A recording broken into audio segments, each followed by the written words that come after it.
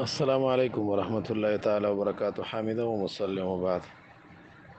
یو محترم رور بلکې دوه پوښتنه کړې ده چې یاره د فرعون د لور خادمه وه او د هغې سر یې ګومنځاو. نو یو محترم د هغې د سزا باره کې پوښتنه کړې ده او بل وایي چې زما دا مشکل دی چې یاره د فرعون لور باره کې خدا راځي چې هغه فرعون بچي نو.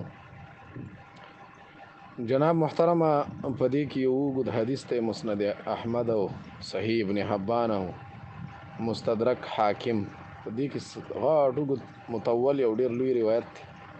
د عبدالله ابن عباس رضی الله عنهما نه روایت دی. رسول الله صلی الله علیه وسلم فرمایي چې کله زه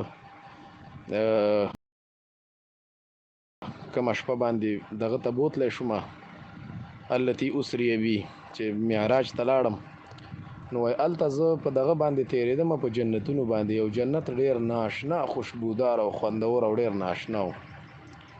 ځکه حدیث کې راځي چې په ما باندې اتت علی رایحة طیبة، ناشنا غوندې خوشبو راغله. ما جبریل ته ویلې یا جبریل ما هذه الرایحة الطیبه، دا کوم ځای نه شو؟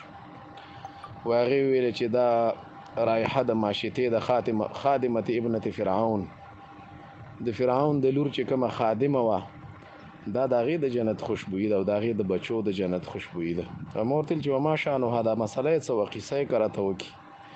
وویلې چې بینه هي تمشط ابنة فرعون، یو ځل یې د فرعون د لور سر ګومنځاوه، ذات یومین اذ سقطت المدرا من یدیها، چې دا ګومنځ له لاسونو نه وغورځېده. وایي دې ویلې چې بسم الله. و هغه فرعون لور ورته ویلې ابي، زما پلار یادی؟ وی لا ولکن ابي ولکن ربي ورب ابيك، زما رب یادوم او ستا د پلار مغه رب دی. هغې ویل ګوره پلار ته به دا خبره وکړم. وایي که که نه، ډېره مجاهده ښځه وه.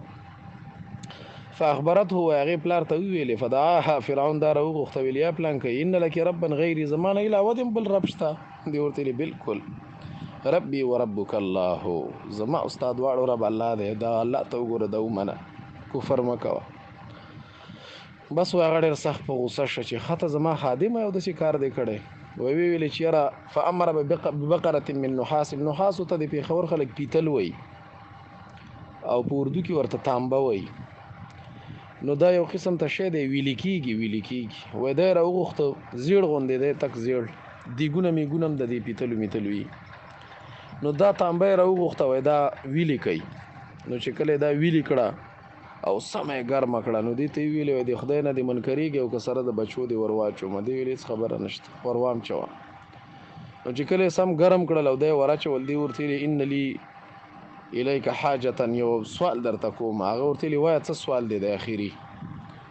دې ورته ویلې وایي دا سوال مې دی، احب ان تجمع عظامي وعظام ولدي من فی ثوب واحد وتدفننا، چې دا احسان را سره وکړي چې بیا دا زمونږ هډوکي راواخلي او دا بیا په یوه ټوټه کې تاو کړي او بیا یې دفن کړي، هسې غورځومه چې بیا به سپي مې پې لوبې کړي.